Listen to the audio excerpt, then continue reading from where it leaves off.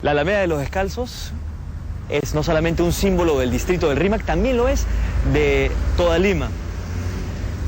Tan identificada con el virrey Amat, que la arregló para poder pasar aquí con la Perricholi, fue en realidad construida por otro virrey, el virrey de Montes Claros, a principios del siglo XVII.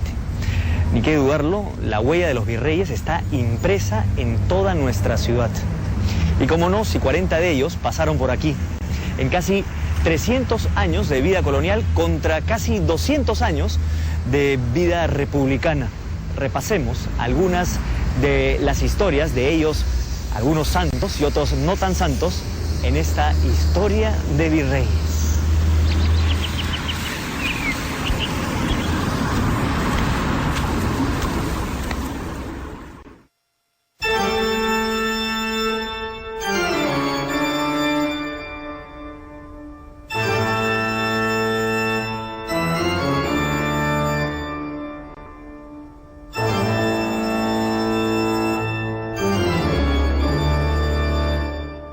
El cargo de virrey fue creado para impartir justicia, administrar el tesoro público y velar por la evangelización de los indígenas en las colonias españolas del Nuevo Mundo. Así, el virrey era una especie de alter ego, el vicerrey, si se quiere, del monarca español y debía velar por los intereses de su otro yo.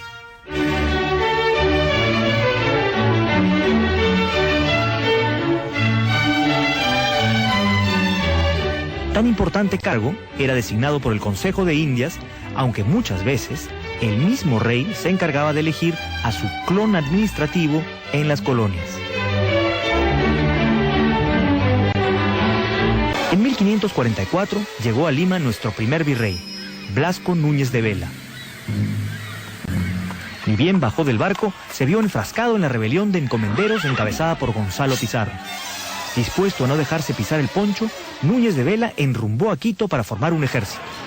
Dicen que nuestro primer virrey luchó valientemente hasta que un tal Hernando de Torres lo derribó de su caballo. Ahí mismo, los rebeldes decidieron darle curso al expediente y resolvieron que el virrey se vería mejor sin su cabeza.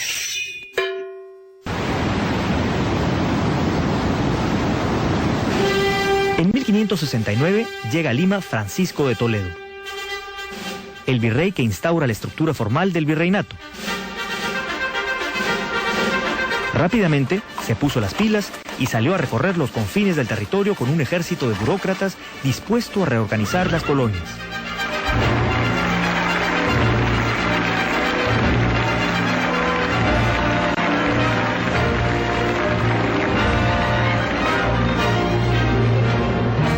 La ciudad de Lima le debe al virrey Toledo dos importantes instituciones del mundo colonial. La primera perdura hasta el día de hoy y es nada menos que la Universidad Nacional Mayor de San Marcos, aquella que se instaló en la iglesia de Santo Domingo. La segunda, por suerte, desapareció hace mucho, pues se trataba del Tribunal de la Santa Inquisición, temida institución que terminó excomulgando incluso al séptimo virrey Fernando Torres y Portugal, conde de Villardompardo y Escañuela. Fíjense pues. ¿Quién fue el último virrey del Perú? Según como se mire, los tres pueden ser. El primero fue el que capituló en Ayacucho. El segundo, tío de Flora Tristán, fue elegido por la audiencia de Cusco, pero duró menos de un mes, y el tercero se autoproclamó virrey resistiendo en el Alto Perú.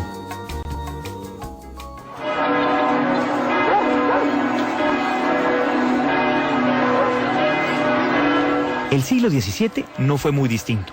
Hubo revueltas, decapitaciones y ataques de piratas que complicaron un poco la gestión a los virreyes. Sin embargo, todo esto no impidió que algunos llevaran una intensa vida palaciega mientras delegaban sus labores de gobierno a criados o ayudantes.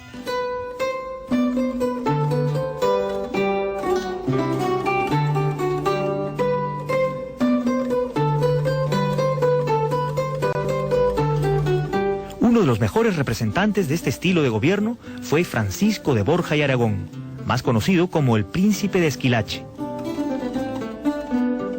Borja y Aragón llegó al Perú el 18 de diciembre de 1615 y se fue por la puerta falsa en 1621, antes de la llegada de su sucesor.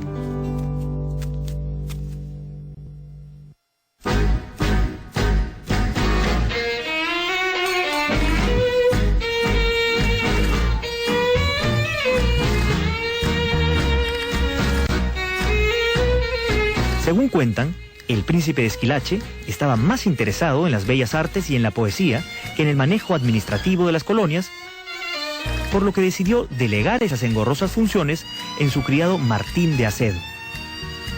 Este terminó por convertirse en una especie de Montesinos colonial y a cambio de encargarse del gobierno, le solicitó al virrey que le deje poner una casa de juegos. El virrey aceptó gustoso, pero con la condición de que cobrara baratito nomás para no levantar escándalos.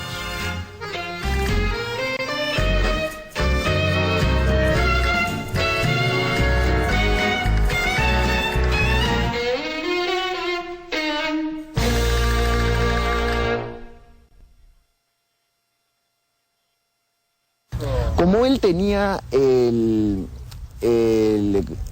nombramiento de príncipe, lo hacía muy diferente a los demás virreyes que habían gobernado hasta ese momento el Perú. Por lo tanto, vino con una corte que superaba, algunos cálculos, las 200 personas.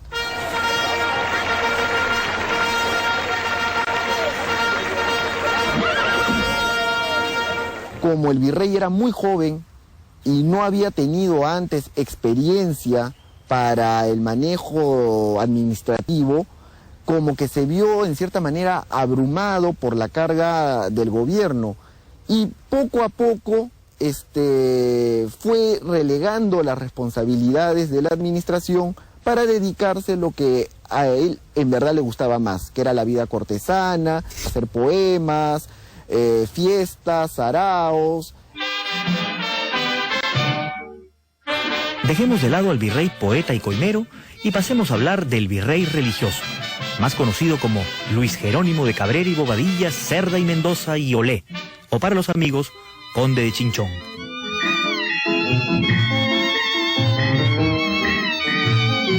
Cuentan que el conde de Chinchón era tan religioso que ordenó que nadie pudiera abordar un barco sin antes haberse confesado y comulgado. Más allá de eso, este virrey fue bastante trabajador y al parecer no tuvo muchas quejas. Es conocida también la historia no fundamentada de que el conde de Chinchón se hizo famoso por dar a conocer en Europa las propiedades curativas del polvo de la corteza del árbol de la quina. Al parecer, la condesa enfermó de malaria y según algunos, un sirviente indígena y según otros, un jesuita, le dieron de tomar un té de la corteza del árbol con lo que se curó casi milagrosamente. Y no por nada, su nombre científico es Cinchona pubescens. Algunos años más tarde, específicamente en 1667, llegó a Lima Pedro Fernández de Castro Andrade y Portugal, o en sencillo, el Conde de Lemos. Desde un principio tuvo grandes problemas con los mineros del sur, lo que no le impidió disfrutar todas las mañanas y en bandeja de oro su fruta favorita, la chirimoya. Cuentan que cada vez que cortaba la fruta, el virrey exclamaba: "En verdad, esta es una fruta muy para Lima". Pero más allá de su gusto por las chirimoyas, el virrey tuvo que viajar al sur para tratar de calmar el ánimo de algunos mineros que intentaron iniciar un motín. Así, mientras el virrey se encontraba de viaje, lo sustituyó en el cargo nada menos que su esposa, doña Ana Francisca Hermenegilda de Borja y Doria. Y yo que pensaba que la única mujer gobernante del Perú había sido la mariscala Francisca Zubiaga. Muchos testimonios coinciden en señalar que Ana de Borja era una mujer con carácter, que era una mujer sagaz. Prontamente dio, por ejemplo, disposiciones para frenar de una vez por todas el contrabando francés, que en esa época era bastante frecuente. Asimismo, tuvo que afrontar la invasión de piratas que habían entrado por Chile.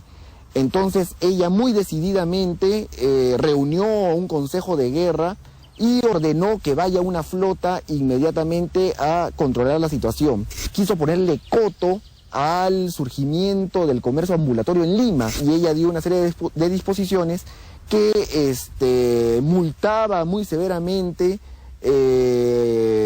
a los ambulantes que no estaban con permiso en la Plaza Mayor.